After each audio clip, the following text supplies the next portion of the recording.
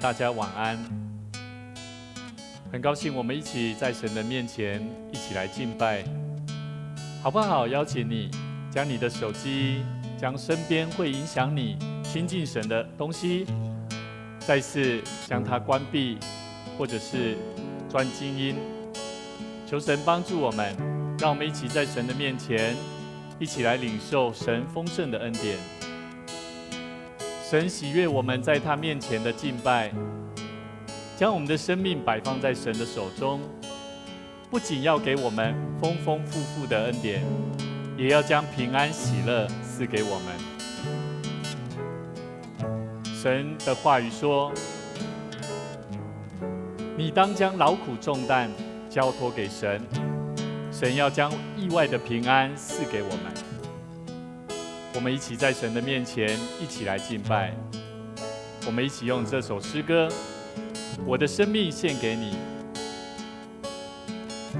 神希望我们能够将生命摆放在神的手中，背起十字架来到神的面前，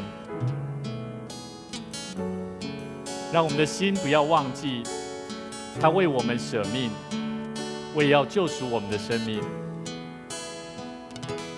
献上生命给最爱的耶稣，完全顺服，完全降服，因你恩典使我得以侍奉你，你的宣召没有怀疑。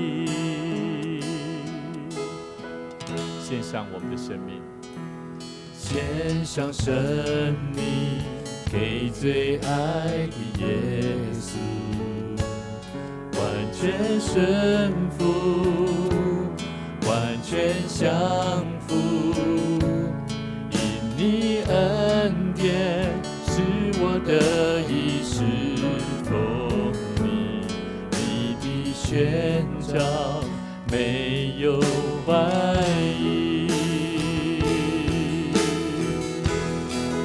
我的生命献给你，背起十字架跟随你，愿你的荣耀彰显在我生命。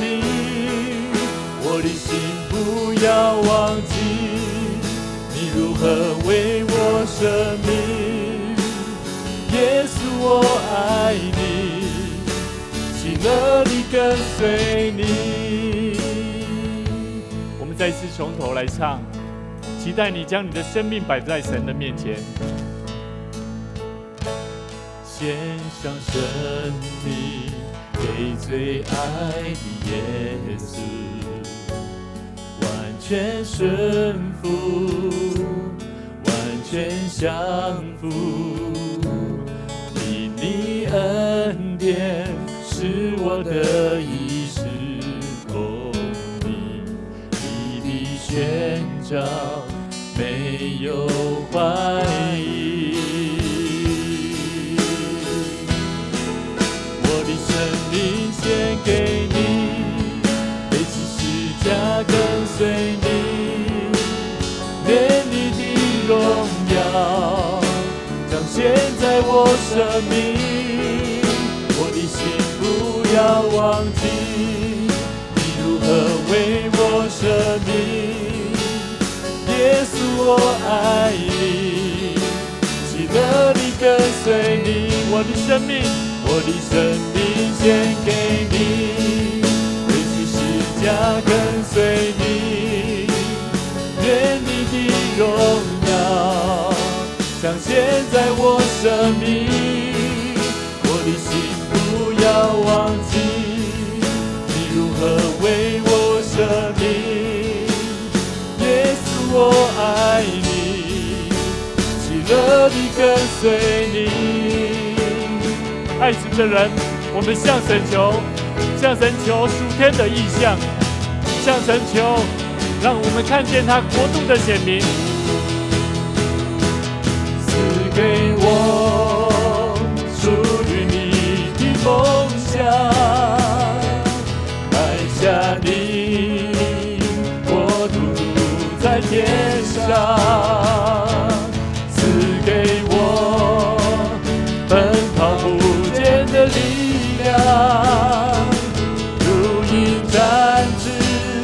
上腾翱翔，赐给我属于你的梦想，带下你国度在天上，赐给我奔跑不倦的力量，如鹰展翅上腾翱翔。我的生命献给你，背起十架跟随你，愿你的荣耀彰显在我生命。我的心不要忘记，你如何为我舍命。耶稣，我爱你，喜乐地跟随你。我的心不要忘记，你如何为我舍命。耶稣，我爱你，喜乐地跟随你。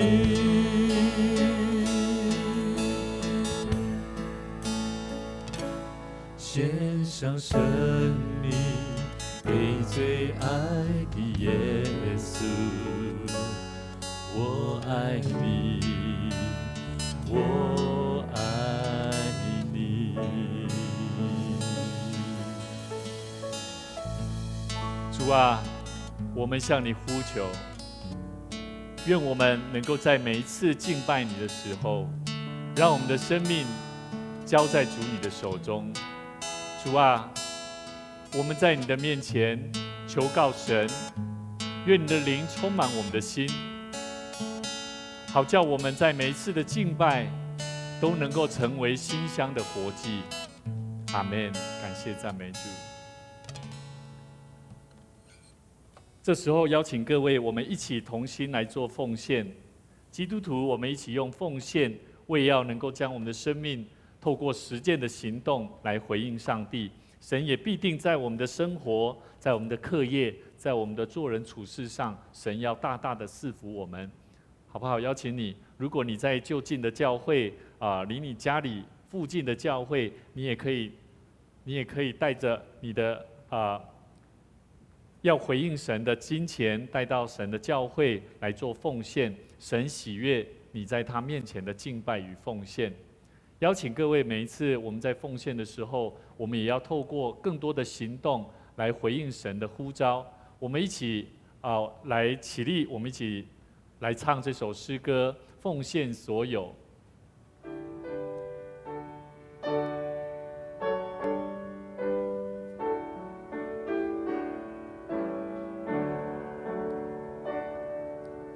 我将所有献于耶稣，甘心乐意全奉献。我要时常爱主靠主，天天活在主面前，全所有奉献。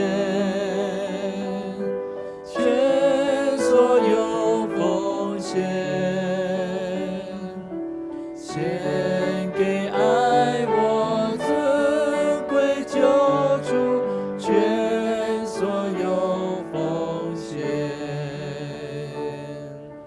我将所有献于耶稣，我竟完全献于你，求主赐我爱心能力，更赐我天上福分，全所有奉献，全所有奉献，献给爱我尊贵救主，全所有奉献。我们一起依然站立，我们一起来做奉献的宣告的祷告。我相信凡事都是上帝所创造，他拥有赏赐与收回的权柄。此时，我愿意从你所得到的恩典，用感恩与敬虔的心，奉献在你面前。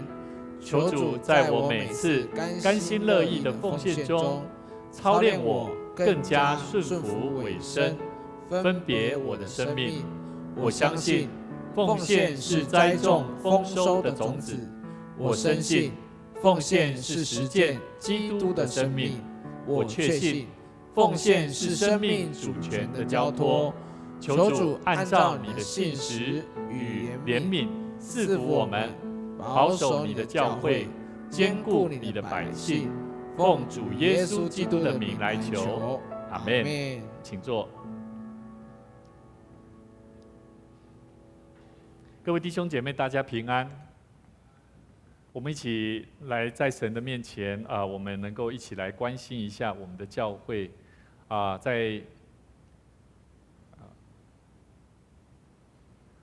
我们在明天我们要举行第5次的圣礼典，也邀请每一位弟兄姐妹，我们在与主同桌一起能够共享耶稣要为我们死，还要付上的代价，就是背十字架的道路。所以我们也要一同在每次守圣礼典的时候，我们能够一起关心教会，能够特别在福音的禾场上面，在宣教的禾场上面，我们都要彼此学习，成全相爱跟牧养。我们相信福音也要带给我们的教会以及我们每一位弟兄姐妹。那我们明天也有特别颁发奖学金所以也请这个小学这个宇慧啦还有国中生嘉云、大学生嘉欣、陈龙，还有求上帝能够带领我们每一位学子特别在功课上能够好好的用心，有好的学习态度。我们相信神都要大大的赐福我们每一位同学跟弟兄姐妹。那今天牧师要跟大家分享一个主题，叫做认识你我的一个独特性。那我不晓得你对你自己的生命独特性有什么特别的地方？我们大家都有拿那个周报吗？都有拿周报吗？如果没有的话，去拿一下我每一个那个对，帮我拿几份上来没关系我们坐过来这边张牧师讲到比较喜欢跟大家有一些眼神的对焦了那牧师想要问各位你会不会去羡慕别人的外貌、身材、工作还有什么家世背景？会不会？会讲得很坦白我们都会羡慕，而且我们会去看到别人的这种环境真的很不一样。那我们甚至也会去羡慕说，他好像特别蒙受上帝的恩典跟祝福，所以你会去羡慕他，你也会去欣赏他。感觉上我好像为什么上帝让我生长在这样的家庭里面我们也常常会去想。我记得我小时候因为我从小就在工作，国小就在家里都要做很多家里面大大小小事情。然后我小时候一直都没有所谓的那个叫做学生生活了。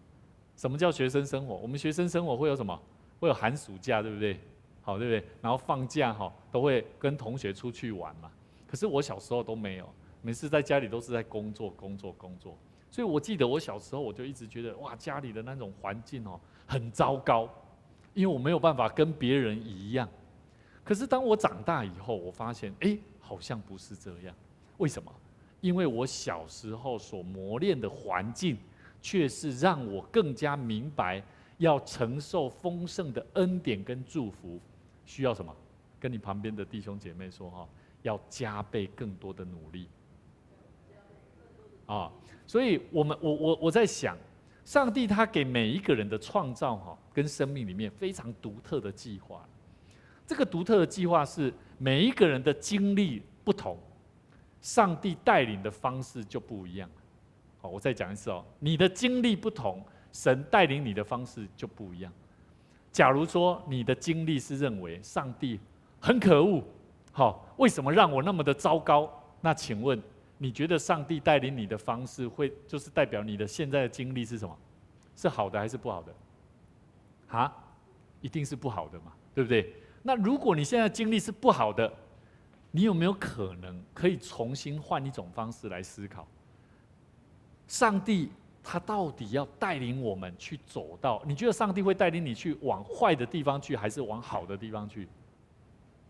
一定是好的嘛，对不对？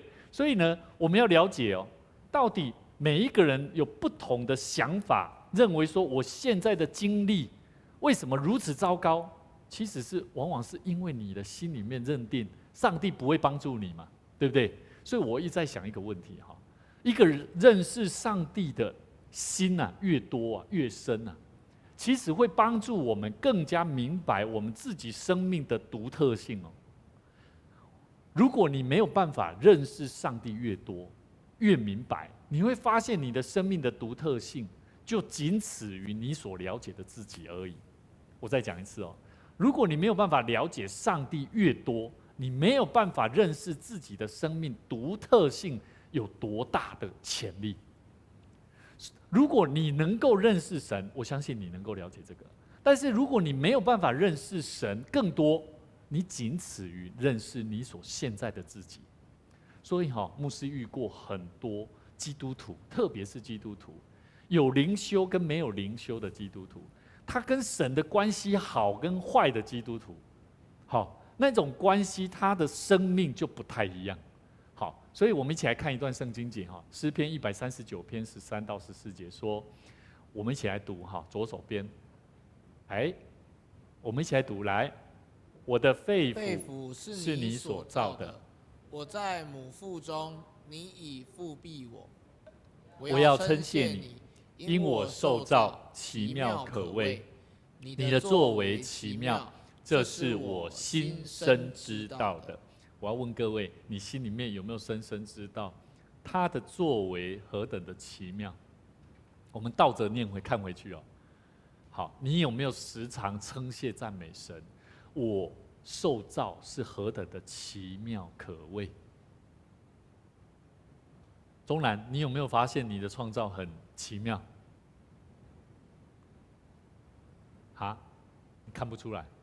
牧师在看我们钟兰，有没有觉得很奇妙？有啊，2年前他刚进入教会，然后疫情期间他什么都不会，对不对？那现在呢，贝斯鼓什么都会，对不对？人家说什么他也会照着做，这不是很奇妙吗？一个人的行为，一个人的生命开始转变的时候，你就会发现说，上帝啊，我何等的称谢你，因为你造人是何等的奇妙。当我看到，我记得嘉欣刚来教会的时候，对不对？弹琴的时候不太一样哦，是原本的自己的方法，有没有？可是当他顺服在我们敬拜里面圣灵的带领的时候，哇，充满了感动。少崇也一样啊，每一个人在我们当中都是在不同的角色上做好我们神所呼召我们的本分工作。我觉得我们的心里面，我们的生命就会不太一样，因为圣经告诉我们，我们的肺腑是你所造的，我在母腹中，你已复庇我。所以你有相信，你有相信上帝在打从你出母胎以前，他就已经要预备好了。他就预备好你要成为这世上很多人生命的祝福，所以跟你旁边的人说，你是别人生命的祝福。所以要好好看重你的独特性。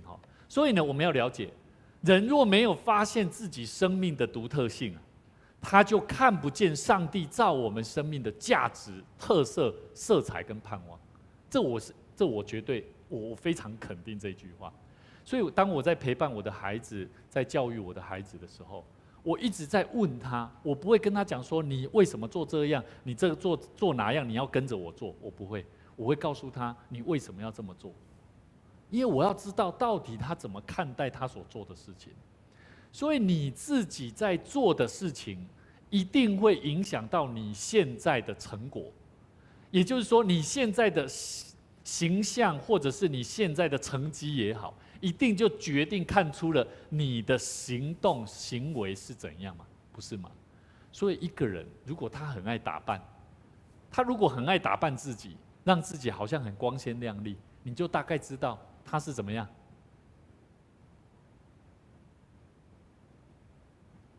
你觉得他是一个什么样的人？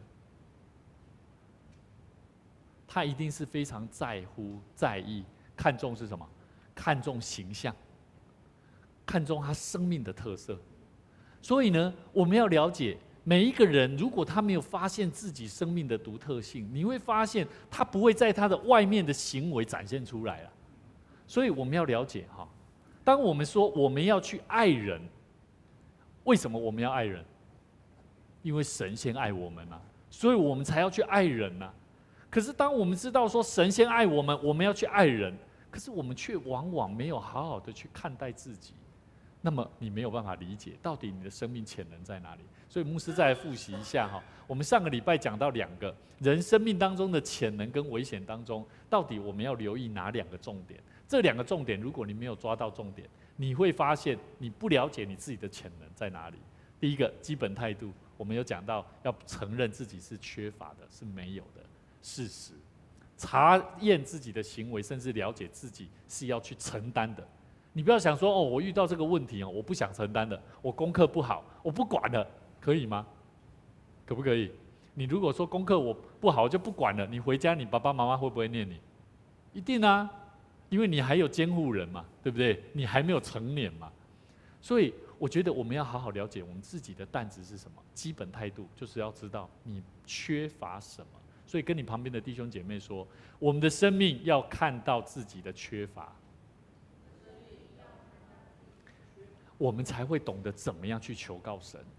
所以如果你不懂得看出自己的问题在哪里，你真的不会想要去找神了，因为你太骄傲了，你觉得你好像什么都有，你好像什么都会，可是实际上我们是何等的软弱。所以基本态度很重要。第2个，我们潜能的目标，我们要有目标。所以我们上一个礼拜我们谈到说，一个人生命的潜能必须要去行善做好事，有机会就要向人做好事。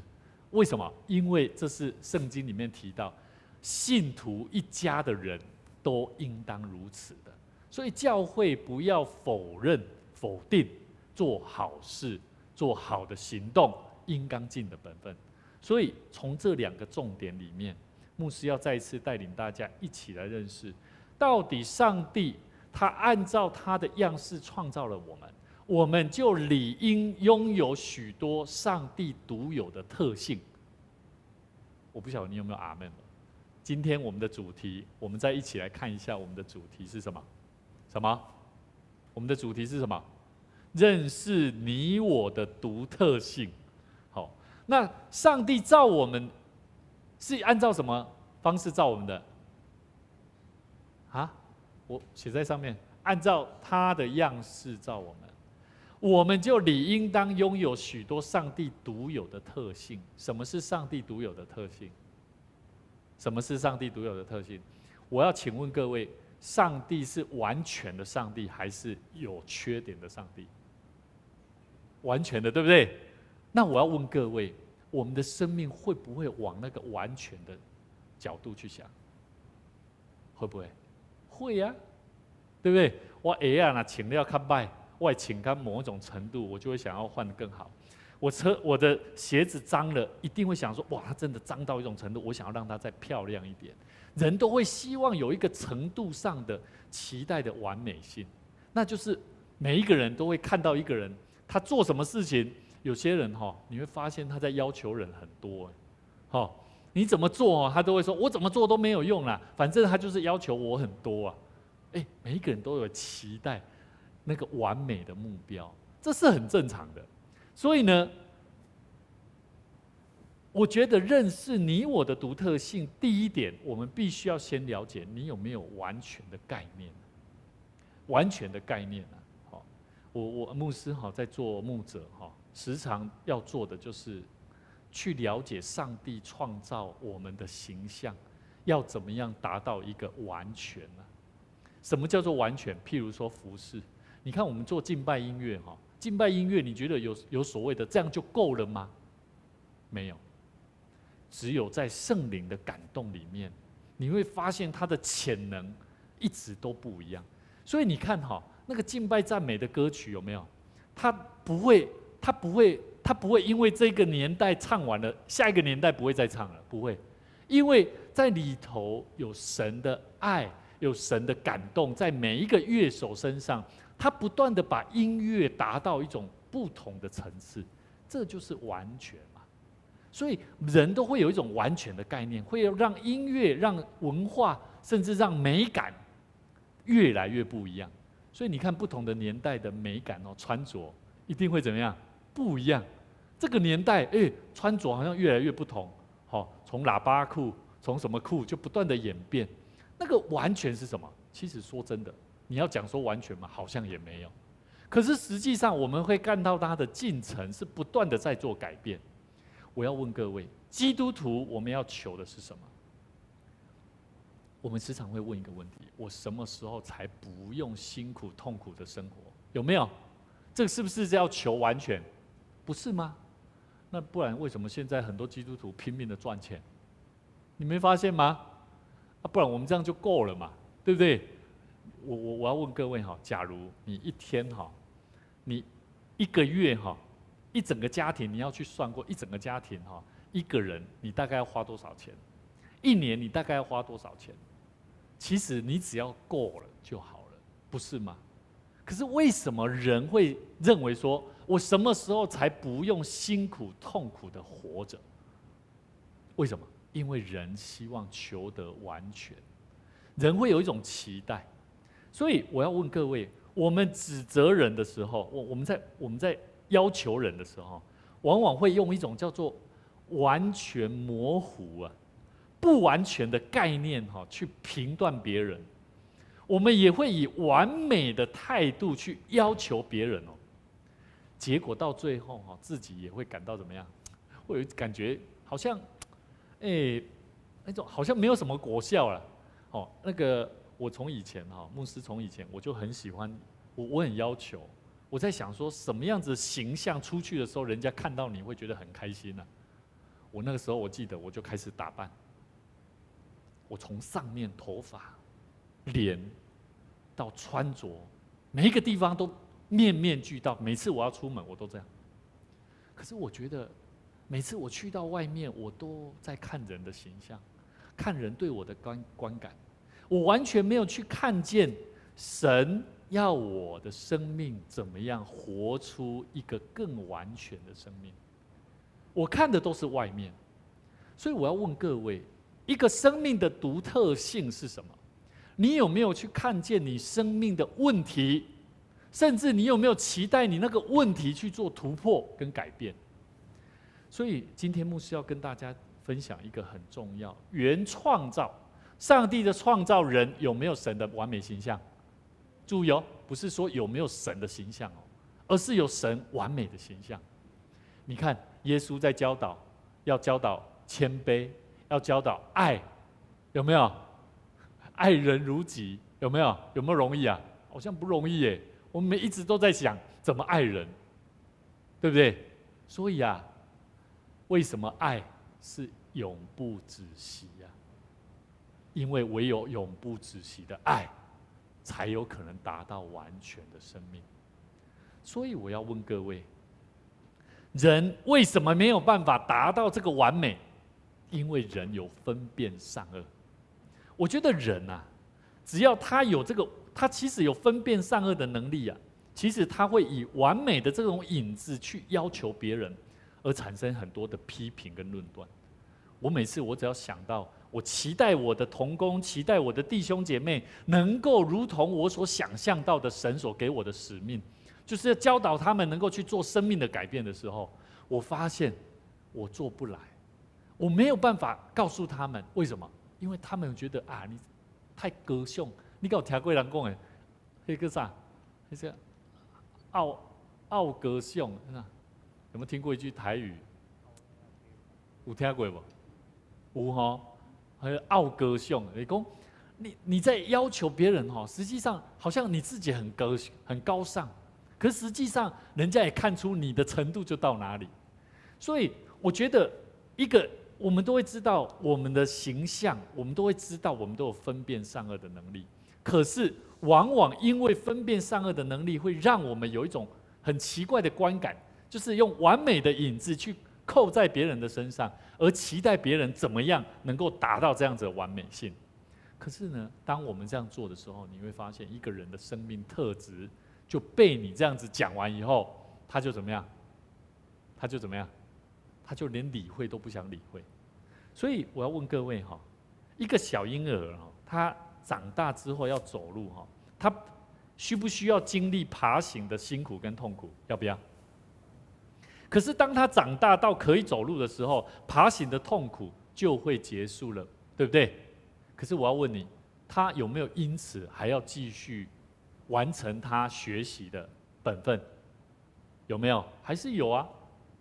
所以你会发现，每一个人的生命当中，我们要达到完美，容不容易？不容易的。可是我要告诉各位哦，其实我们的人的心啊，圣经里面其实有教导我们如何达到一个完美的生命。好，我们来看哈，我们来看一段圣经节，马太福音第5章43节到48节，我们一起来念哈。来，你们听见有话说，当爱你的邻舍，恨你的仇敌。注意哦，你们听见有话说，意思就是说哦，你哪如果只要是你的邻舍朋友，你就要爱他；那仇敌你就要恨他。这是当时候他们的人的每一个人的基本概念了。好，我们现在有没有人也是这样？好像也是这样哦。牧师看到在教会里面哈，我们只要看到那个跟我们的风格不太一样的，我们通常人就会很自然的就会区隔开来。好，今天你们下午是不是年轻人？好，牧师看着那个我们的监视器哈，我就发现年轻人也是一样哦。好，在长久都在教会的基督徒哈，或者是年轻朋友，就会窝在一群哦。然后那一些比较讲话比较突出、比较 open 的，然后跟你可能不太熟的，他们就会区隔这两个群体哦。甚至只要他讲的那种话语不好听的哈，你就会觉得他就像那个什么，这个是你的仇敌哦，你不会把他当作就像你的邻舍一样哦。可是哈，耶稣说什么？他说：“只是我告诉你们，来，我们继续念下去，要爱你们的仇敌，为那逼迫你们的祷告。”耶稣是这样教导的，爱你的仇敌耶，你爱得下去吗？要不要爱啊？要呢。所以哈，下次哦，中南牧师不期待你们在那边分开两边，在那边一个人在那边一两个在那边打电动，你们要开始怎么样？要跟他们融入在一块，来邀请他们。只要进到教会，我们就是邀请他们跟我们一起去打撞球也 OK， 读圣经，一起学习祷告，甚至学习乐器。重点就是要邀请一起来，绝对不要分开，也不要那种独立。我还是做我自己的事情好了。好，这种环境不会是好环境。好，所以圣经里面说，这样就可以做你们天父的儿子。注意哦，要爱你的仇敌，而且要为你逼迫你们的祷告，才是天父的儿子。因为他叫日头照好人，也照歹人啊、歹人啊。好，降雨给义人，也给不义的人。你们若单爱那爱你们的人，有什么赏赐呢？税吏也是一样啊。你们若单请你弟兄安，跟他请安问候，那比人有什么长处呢？外邦人也是这样啊，不信主的人也是会跟人家请安问候啊，对不对？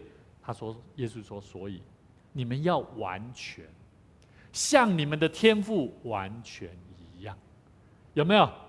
人的独特的生命特质，要不要像天父上帝是完全的？有没有？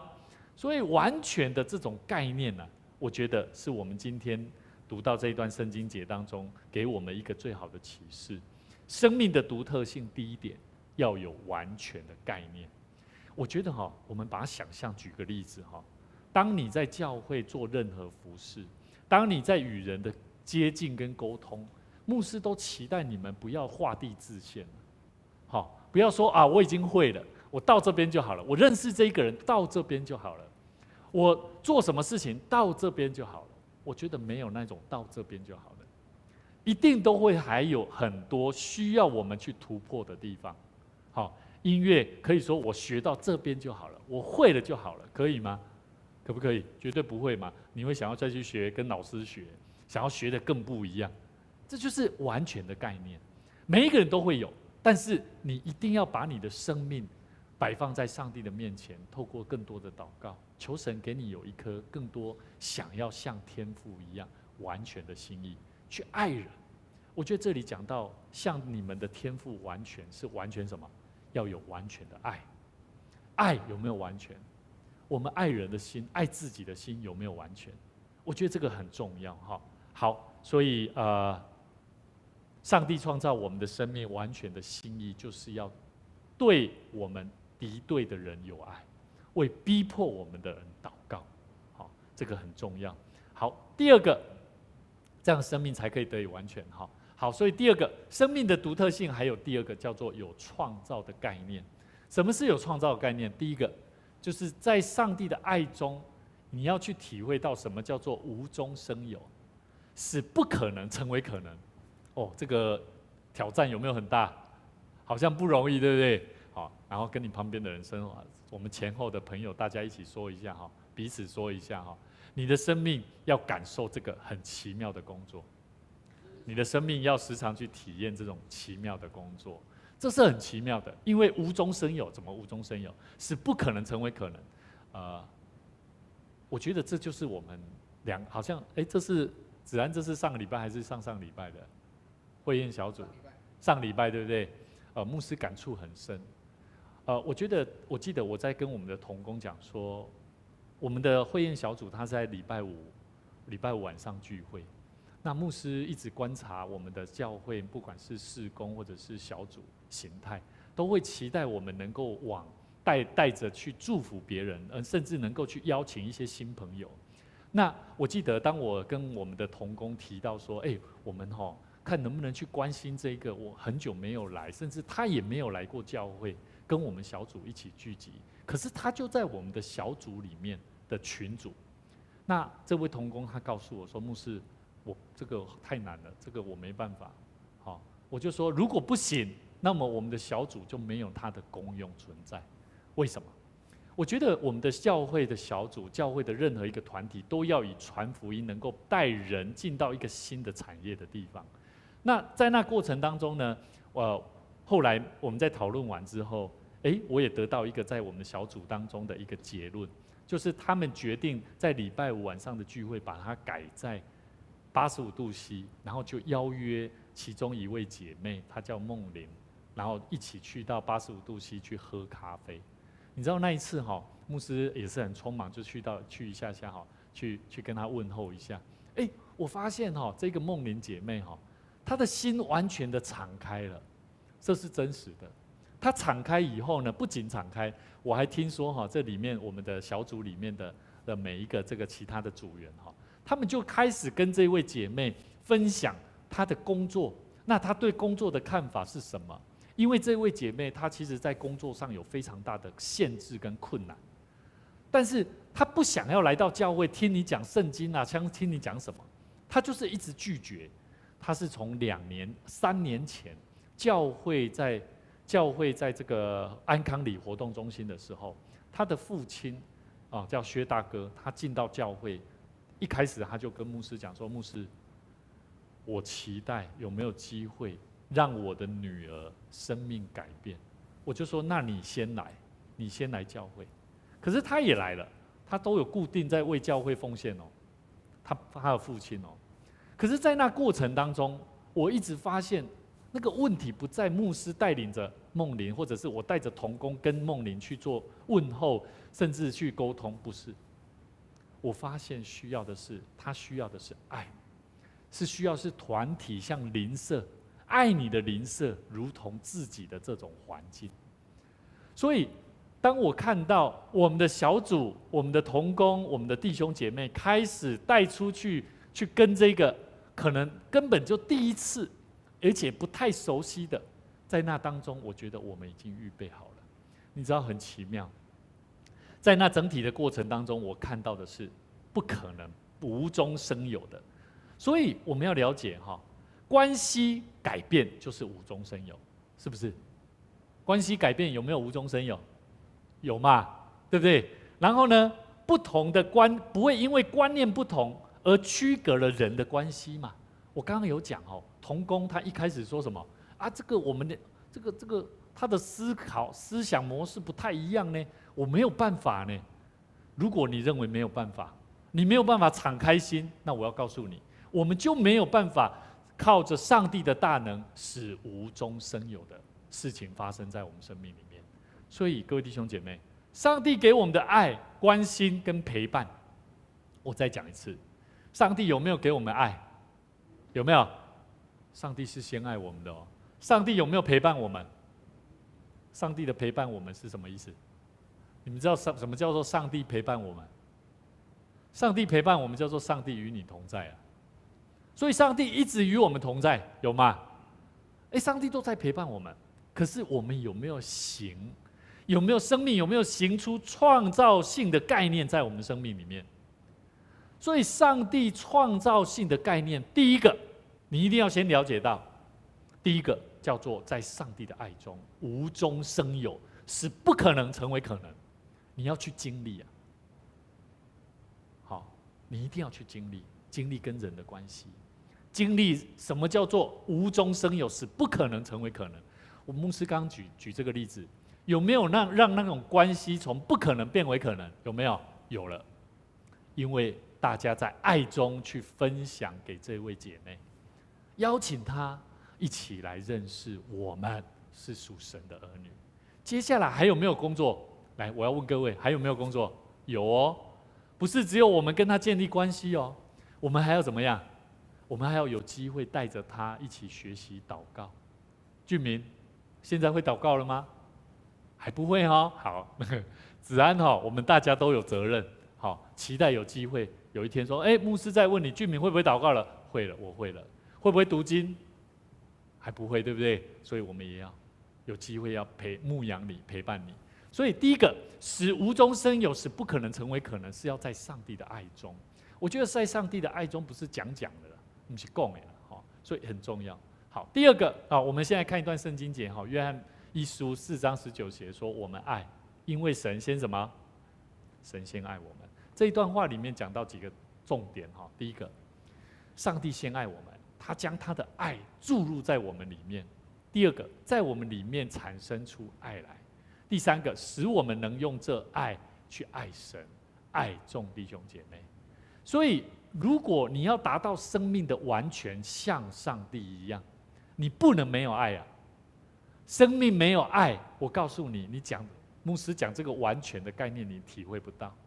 可是，如果你心里面有爱，你会完全的去好好在你生活当中去努力，改变你不好的习惯，改变你不好的态度，改变你不好的想法，而唯有就是想到我要如何用上帝的爱帮助我更完全的去达到爱别人的功夫，让别人能够领受到上帝的爱。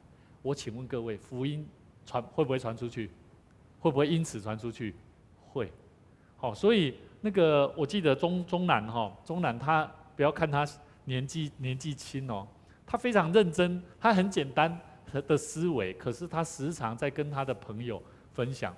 今天牧师感受到这一群朋友我们的青少年很有礼貌。牧师从楼上4楼下去看到牧师这一群年轻人，你有跟他们讲吗？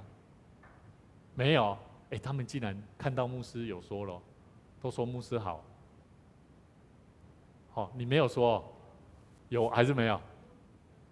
对，要称呼，看到人要称呼，没有。记得要说。其实我们要教导我们的环境，就是每一个人要有礼貌，对不对？你们去公司行号，去学校遇到老师，会不会称呼老师好？会嘛，都会嘛。为什么来到教会看到人不会问候嘞？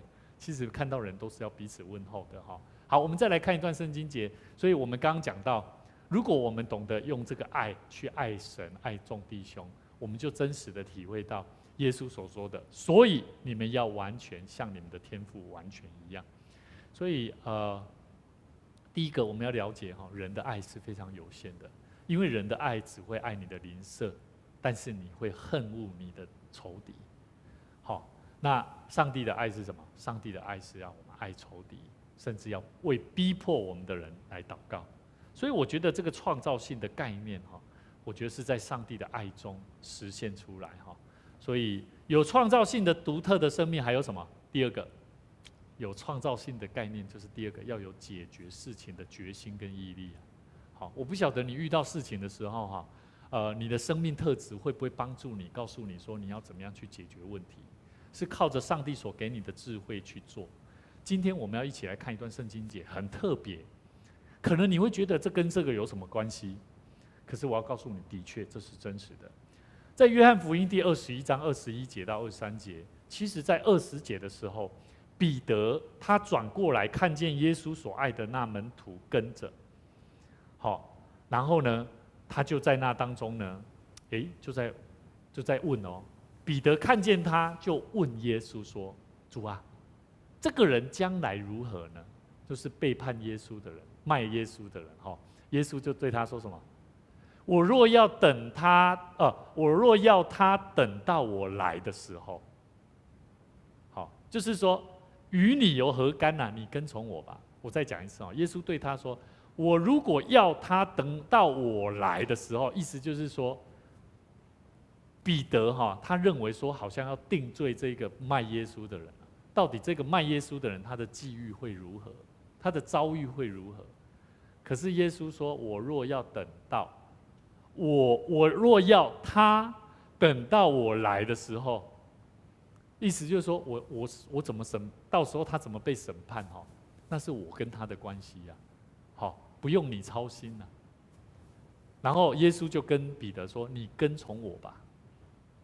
于是这个话传在弟兄，就传到其他的门徒当中就变成说什么啊？那个门徒这个卖耶稣的那一个人不会死啦，不会死啦。消息不一样咯。其实耶稣不是说他不死，乃是说什么？作者说什么？他说：我若要他等到我来的时候，与你何干呢？这讲不是。好，讲约翰，好，牧师好像搞错咯。好，他在讲施洗约翰是不是？只是讲约翰写启示录那个老约翰也是门徒。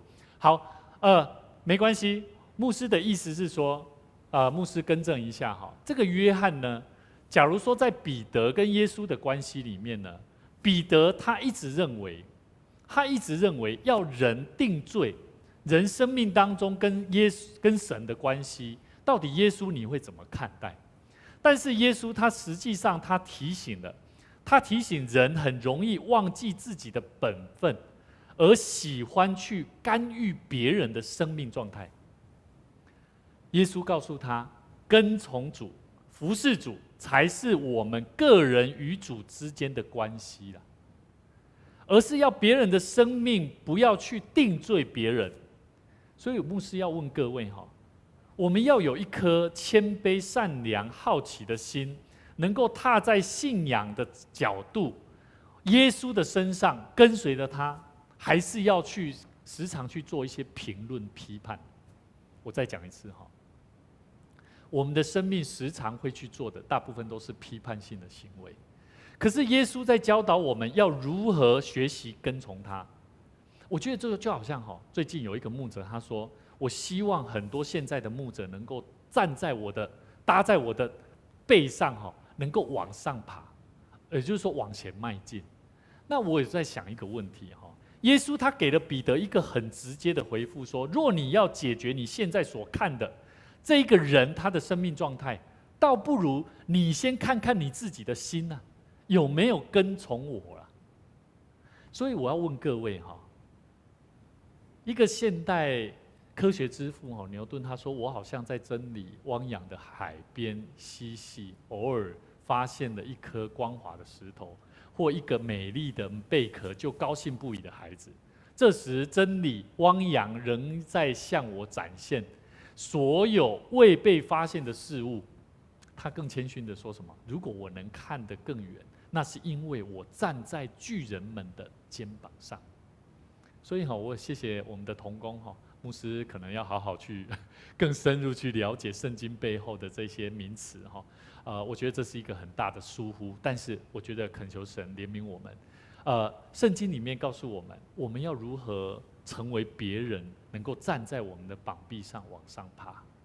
我非常喜欢我的爸爸在我小时候，我觉得他就像这位科学家所说的，让我学习跟随他。好，就像耶稣所说的，来跟从我吧，那种概念。巨人们的肩膀，你的身边有没有一些巨人们的肩膀？这个东西是什么？这个东西是我小时候，我记得我的父亲他从一个废物堆里面找到这上面这个大圆筒，铁桶那这个铁桶呢，我爸爸他就把它下面装一个马达，然后他可以用一个架子就在那边摇。这个桶子可以做什么？中南有去过这个在做什么用的？它可以搅拌。